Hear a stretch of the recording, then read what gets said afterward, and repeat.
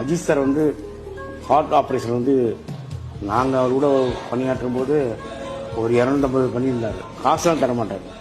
அவர் சொல்கிற hospital admit பண்ணோம்னா அவன் பணத்தை கட்டி ஆப்ரேஷன் பண்ணிட்டு இன்னமும் செஞ்சுக்கிட்டு இருக்காரு. எனக்கு தெரிஞ்சு இப்போ கிட்டத்தட்ட ஒரு 1000 பேர் செஞ்சிருப்பாங்க. அவர் செய்யறது வெளியே தெரியாது. அவங்க கொடுக்கும்போது அவங்ககிட்ட சொல்லிடுவாரு, தயவுசெய்து வெளியே சொல்லாதீங்க.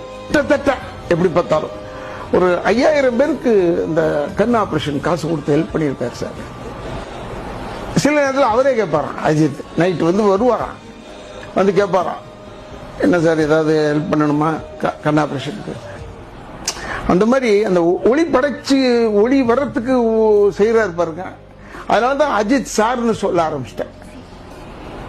அதுதான் வளர்ச்சி, ஒரு மனிதனுடைய வளர்ச்சி. ஒரு வருஷத்துக்கு வந்து குறைஞ்சது 20-30 கோடி ரூபாய் சேரிட்டிக்கு மட்டும் தராரு. சேரிட்டிக்குன்னா சேரிட்டிஸ் மட்டும் இல்ல, அதாவது 20-30 கோடி ரூபாய் டொனேட் மட்டும் பண்றாரு. எல்லாருக்கும் குழந்தை குட்டியோட வந்து நல்லா வாழ்றோம். எங்களுக்கு நல்ல வாழ்க்கை கொடுத்துருக்காரு. அது வந்து எப்பவும் நான் மறக்க முடியாது. நான் சாவர வரைக்கும் இன்னும் மறக்க முடியாது. வீடு வாங்கி கொடுத்துருக்கிறாரு. வேலை செய்யற வீட்டுக்கு இருக்கிறவங்களுக்கு வீடு வாங்கி கொடுத்துருக்கிறாரு. பரட்டணுங்க.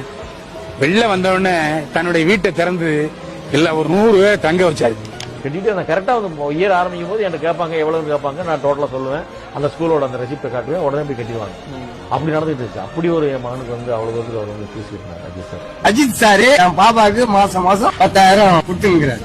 எத்தனையோ நல்ல விஷயங்களை செஞ்ச அஜித் அவர்கள் இப்போது வரைக்கும் தான் செஞ்சேன் அப்படிங்கிற விளம்பரத்தை இதுவரைக்கும் அவர் தேர்ந்ததே இல்லை.